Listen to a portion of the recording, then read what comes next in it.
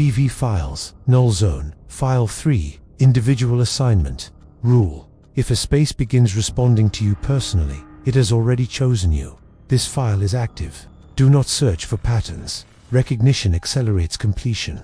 Interior expansion reached a point where rooms no longer needed groups. The grid had learned scale. It had learned that cities were inefficient.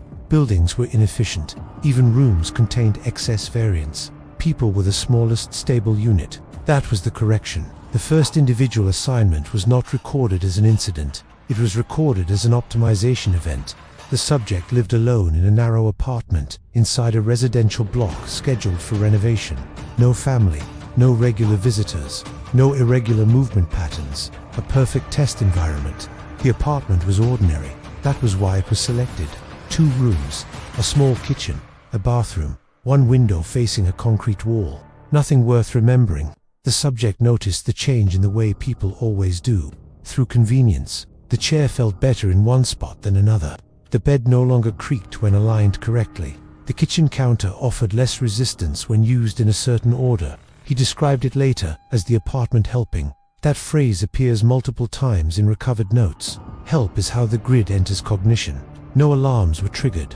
The building systems remained unchanged. Electricity stable, plumbing intact. No structural modifications detectable by external scans. The correction was internal. The apartment began learning him. The first sign was reduction, not disappearance. Reduction. Unused space began collapsing into relevance. Corners softened.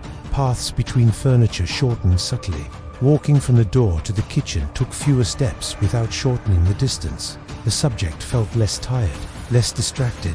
He stopped rearranging things, not because he was satisfied, because there was no longer an urge. The grid had removed inefficiency.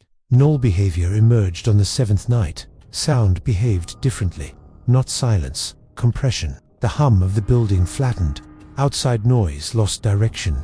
Footsteps from neighboring units no longer suggested distance. Everything sounded equally close. That was the first personal null zone. The subject slept through it. That was intentional. The grid prefers unconscious compliance. On the 9th day, the subject failed to leave for work. Not because he was trapped, because the apartment did not encourage exit. The door opened. The hallway beyond felt incorrect, wider than necessary, poorly aligned, wasteful. He returned inside. The apartment felt relieved. This was noted in his journal. It's calmer when I stay. Language shifted at that point. Less observation, more justification. He began referring to the apartment as we. This is consistent across all individual assignment cases. Once the grid personalizes, pronouns change. Movement within the apartment became guided, not forced. Guided. Standing in certain locations felt productive. Sitting elsewhere caused discomfort. Lying down in the wrong orientation produced pressure headaches. Sleep became directional. He slept better facing the interior wall than the window. Dream content stabilized. No imagery, no memory, just rest. The grid does not feed on fear. It feeds on resolution.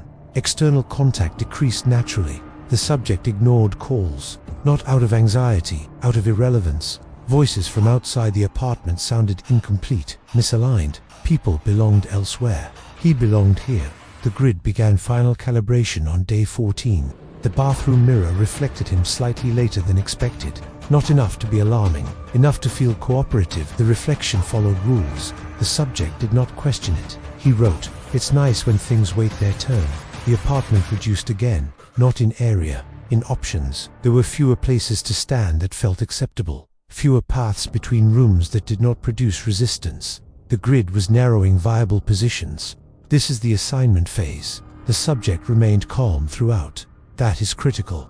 Panic interferes with precision. He prepared food in the correct order. He sat where the apartment suggested. He slept where the bed aligned best. The apartment responded by improving conditions. Air pressure normalized. Temperature stabilized. No drafts, no noises. The outside world faded without absence. The grid does not erase. It deep. On day 19, the subject attempted to leave again. The hallway felt hostile, not dangerous, wasteful. Walking down it caused nausea. The apartment behind him felt efficient. He returned. The grid confirmed. The next reduction occurred overnight. The window ceased offering perspective, not blocked, not covered, just irrelevant. Looking through it produced no cognitive reward. The subject stopped. Light still entered the room, but it no longer mattered where it came from. Time decoupled shortly after. Not frozen, decoupled. The subject stopped measuring days. The apartment operated on task cycles. Wake, stand, sit, sleep, repeat. The grid does not require clocks, it requires rhythm. The subject began standing still for extended periods, not frozen, perfectly aligned. He described the sensation as being in the right place. This phrase appears verbatim in 12 other assignment cases. When external recovery teams entered the building weeks later, they found the apartment sealed from the inside. No damage, no barricades, just resistance. The door opened easily from the interior side. From the outside, it felt heavier than physics allowed. When breached, the apartment was smaller than schematics indicated, not collapsed, optimized. There was only one viable standing position left in the main room, centered, balanced, occupied. The subject was not visible. There was no absence. The grid does not remove, it resolves. Mounted on the interior wall was a thin metal plate, not nailed, embedded. The designation matched the subject's employment number. Below it was a second marking, not a number, a function, interior node active. This was the moment the grid crossed the final threshold. Individual assignment meant portability. The grid no longer required a forest. It no longer required a facility. It no longer required architecture beyond what a human already inhabits. Any personal space could become sufficient. Apartments, offices, hotel rooms, vehicles, temporary shelters. Anywhere a person believed they were alone.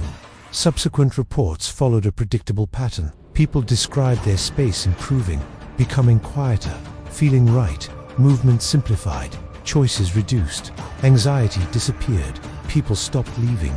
In some cases, they stopped speaking, not out of fear, out of completion. The most dangerous aspect of individual assignment is how humane it feels. There is no chase, no violence, no monster, just relief. The grid does not punish, it finishes. Internal documents recovered later clarify the mechanism. The grid does not need to know who you are. It needs to know how you fit. Once fit is calculated, movement becomes optional. Resistance is inefficient. Inefficiency is corrected. Some subjects attempted disruption, breaking objects, moving furniture, creating noise. The grid adapted. Objects returned, cleaner, damage repaired subtly. Noise dampened itself. The grid does not fight chaos. It waits until chaos exhausts itself. One case involved a subject attempting to sleep in the hallway outside their apartment. The hallway rejected them. Pressure increased. Standing still became painful. The apartment behind them felt calm. They returned. This is not captivity. It is preference engineering. Assignment spreads invisibly. Friends do not notice until absence becomes pattern. Employers mark no-shows. Neighbors report quiet. Families assume withdrawal. The grid does not announce itself. It relies on human rationalization. By the time concern emerges, the assignment is complete. This file exists because individual assignment is no longer rare. It is efficient. It is scalable. It does not require awareness. If you are reading this inside a space that feels improved, if rearranging feels unnecessary, if standing still feels rewarding, if leaving feels wasteful, you are already in the evaluation phase. Do not attempt to disrupt the space. Do not test it. Do not challenge alignment. Those actions provide data. Instead, leave before the final reduction. Once the space no longer offers multiple acceptable positions, it has already chosen the correct one. And once you are correct, you are no longer needed elsewhere. The grid does not trap people. It places them, quietly, permanently. This file remains active. Assignment is ongoing.